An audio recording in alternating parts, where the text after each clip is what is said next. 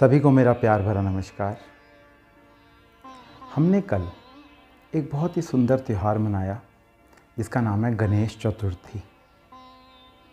और ना केवल कल मनाया अपितु आने वाले 10 दिनों तक अभी हम इसको मनाते रहेंगे।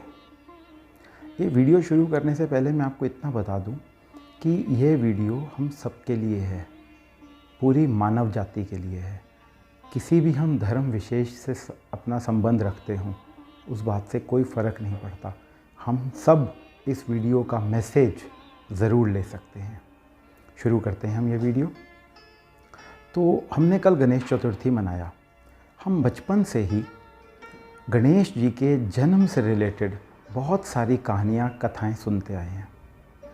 मैं कल भी जब कथा सुन रहा था तो उस कथा में जब बातें मैंने सुनी तो मेरा एक मंथन ये चला, मैं ये सोचने लगा कि बचपन से ही जब हमारे ग्रैंड पेरेंट्स हमारे को कोई भी कहानियाँ सुनाया करते थे तो उसके पीछे उसका ऑब्जेक्टिव क्या होता था।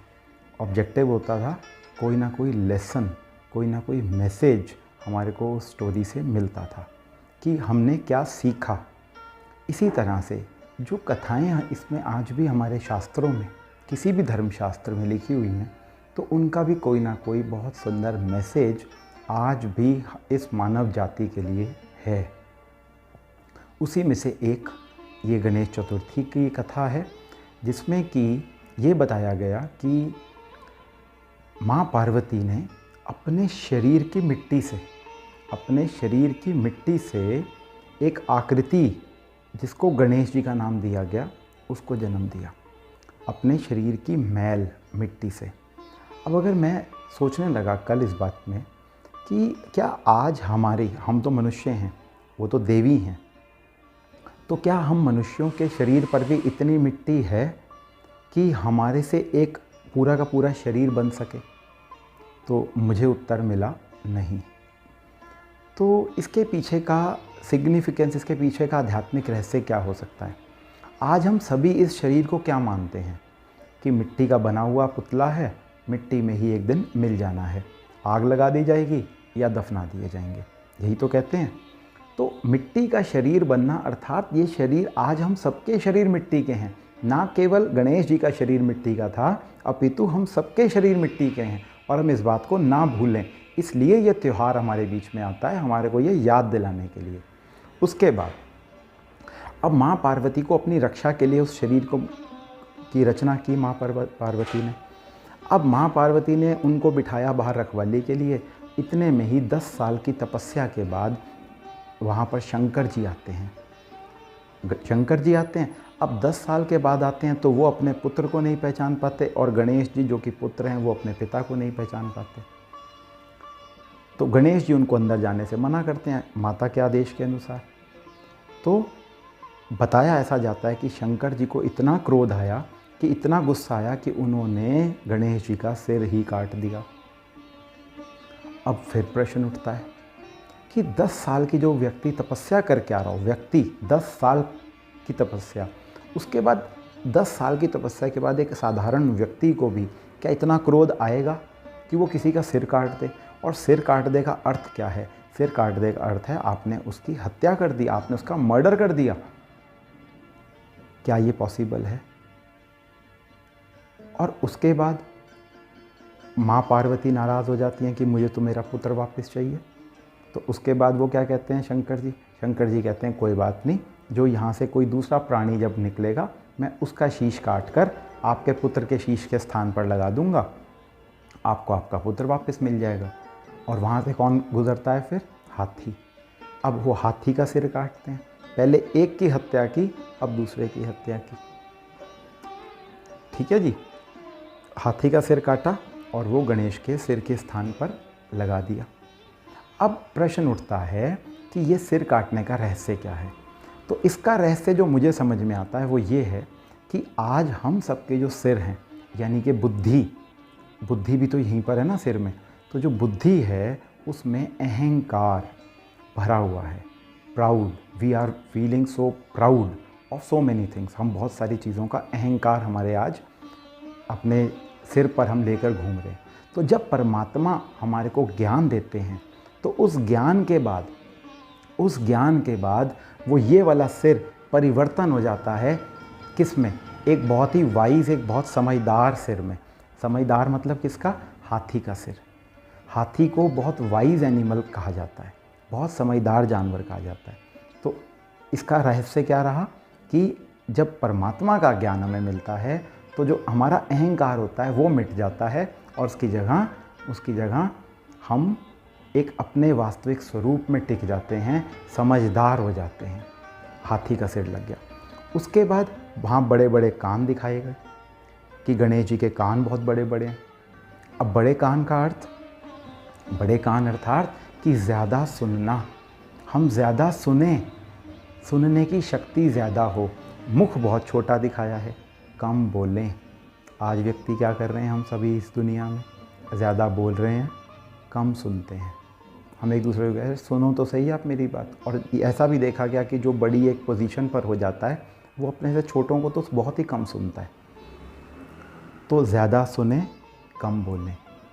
उसके बाद गणेश जी की सूंड। अब सूंड की विशेषता क्या है? सूंड को अगर हम देखें तो सूंड इतनी ताकतवर होती है, इतनी पावरफुल होती है कि वो किसी पेड़ को जड़ों से निकाल सकती है, इतनी ताकत होती है उसमें। और साथ साथ इतनी सॉफ्ट भी होती है कि किसी छोटे से बच्चे को भी बहुत ही प्यार से उठा सकती है वो। तो इसी तरह से आज हमें भी लवफुल भी होना है। लवफुल अर्थात सॉफ्ट, लेकिन उसके साथ साथ लॉफुल भी होना है। लॉफुल मतलब कायदे कानून का पक्का। Lawful as well as loveful, उसका बैलेंस चाहिए। उसके बाद अगर हम देखें और सोचें कि सभी देवी देवताओं के जो बॉडीज़ की फिगर्स हैं वो बहुत परफेक्ट दिखाई हुई हैं, लेकिन गणेश जी का पेट भी देखेंगे तो वो कितना बाहर है, कितना बड़ा पेट दिखाया। तो बड़ा पेट अर्थात कि बात को समाने की शक्ति। आज घर घर में जो लड़ाई है वो उसका एक बहुत बड़ा कारण है कि एक ने बात दूसरे को कही तो दूसरे ने जाके किसी तीसरे को बता दी। इसीलिए हम आम बोलचाल की भाषा में भी बोलते हैं कि क्या तेरे पेट में बात नहीं पचती। मतलब बात नहीं पचती मतलब उसको बात को समा के रखिए अपने अंदर। उसके बाद अगर हम देखें उनके बैठने का जो पोज़ है, गणेश जी के बैठने का पोज़, तो एक टांग तो उनकी ऊपर रहती है और दूसरी टांग नीचे है, परंतु उस टांग का भी सिर्फ थंब, अंगूठा ही ज़मीन को टच करता है। अब इसका रहस्य क्या है? इसका रहस्य है कि हमारे को इस दुनिया में रहना है, इस कलयुगी रूपी दुनिया में रहना है, अपने कर्तव्य निभाने हैं, परंतु सिर्फ कर्तव्य निभाने हैं। टच कर रखा है सिर्फ, उसमें पूर्ण रूप से लिप्त नहीं है। लिप्त होना और निभाने में फ़र्क रहता है। तो अंगूठा टच कर रहा है सिर्फ, तो कितना सुंदर मैसेज हमारे को मिला। उसके बाद अगर हम देखें तो उनके 4 हाथ दिखाए गए हैं, गणेश जी के 4 हाथ, और चारों हाथों में अलंकार है। एक हाथ से वो ऐसे आशीर्वाद देना, देवता थे, देवता अर्थात देने वाले, जो सदा दे। क्या क्या दे सकते हैं? अपने गुण दे सकते हैं, अपनी शक्तियाँ दे सकते हैं, अपनी विशेषताएं दे सकते हैं। ये भी तो दान है ना, सिर्फ स्थूल दान तो दान नहीं होता। किसी को अगर हम अपनी अच्छाई, कोई अच्छाई मेरे अंदर है, उस अच्छाई को मैं दूसरे को भी पास ऑन करूं, तो ये भी तो एक दान होगा। ब्लेसिंग्स, दुआएं तो हमेशा दें। दूसरा अलंकार उनके हाथ में दिखाया, कमल का पुष्प। कमल, फिर से कमल कीचड़ में खिलता है। कीचड़ अर्थात यह आज दुनिया क्या बन चुकी है। आज हम सब इस बात को मानेंगे कि ये दुनिया भी एक कीचड़ की तरह ही है, परंतु कमल कीचड़ में खिलते हुए भी कीचड़ का अंश मात्र भी उस कमल को टच नहीं करता। इसी प्रकार से इस दुनिया का भी मेरी बुद्धि पर कोई प्रभाव ना पड़े। रहना तो मुझे इसी दुनिया में है, परंतु उसका प्रभाव ना पड़े। तो ये बताया उनके हाथ में जो कमल का पुष्प दिया गया है। उसके बाद अगर हम देखें तो तीसरे हाथ में उनके रस्सी दिखाई गई है। अब रस्सी अर्थात अपने आप को कायदे और मर्यादाओं में बांध कर रखना। आज अगर हम देखते हैं अपना जीवन, तो कुछ भी जो चाहा, जहाँ चाहा वहाँ बैठ गए, कुछ भी खा लिया, कभी भी खा लिया, कोई मर्यादाएं नहीं रही जीवन के अंदर हमारे। तो गणेश जी हमारे को ये मैसेज देते हैं कि आपका जीवन मर्यादाओं से पूर्ण होना चाहिए, मर्यादाएं होनी चाहिए उस जीवन के अंदर। फिर चौथे हाथ में क्या दिखाया? एक्स दिखाई। एक्स मतलब कुल्हाड़ी। तो कुल्हाड़ी क्या करती है? काटती है। अब हमें क्या काटना है? हमारे जीवन में जो भी बुराइयां हों, और बाहर दूसरे को कुछ नहीं हमारे को कहना, हमारे अपने जीवन में जो भी बुराइयां हों, कमियां हों, मुझे उन कमियों को काटना है, मुझे उन कमियों को दूर करना है। तो इतने सुंदर मैसेज के साथ ये सभी पर्व, सभी धर्मों के सभी पर्व हमारे बीच में आते हैं।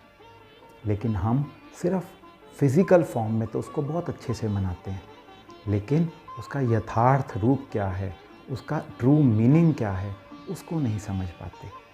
तो ये एक छोटा सा प्रयास था मेरा। अच्छा लगा हो मुझे ज़रूर बताइएगा। कोई बात बुरी लगी हो वो भी बताइएगा।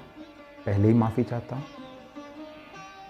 और मैं उम्मीद करता हूँ कि जो आने वाले 10 दिन हैं हमारे, तो उसमें हम ना केवल ये गणेश महोत्सव मनाएंगे, अपितु गणेश जैसा बनने का पुरुषार्थ भी करेंगे।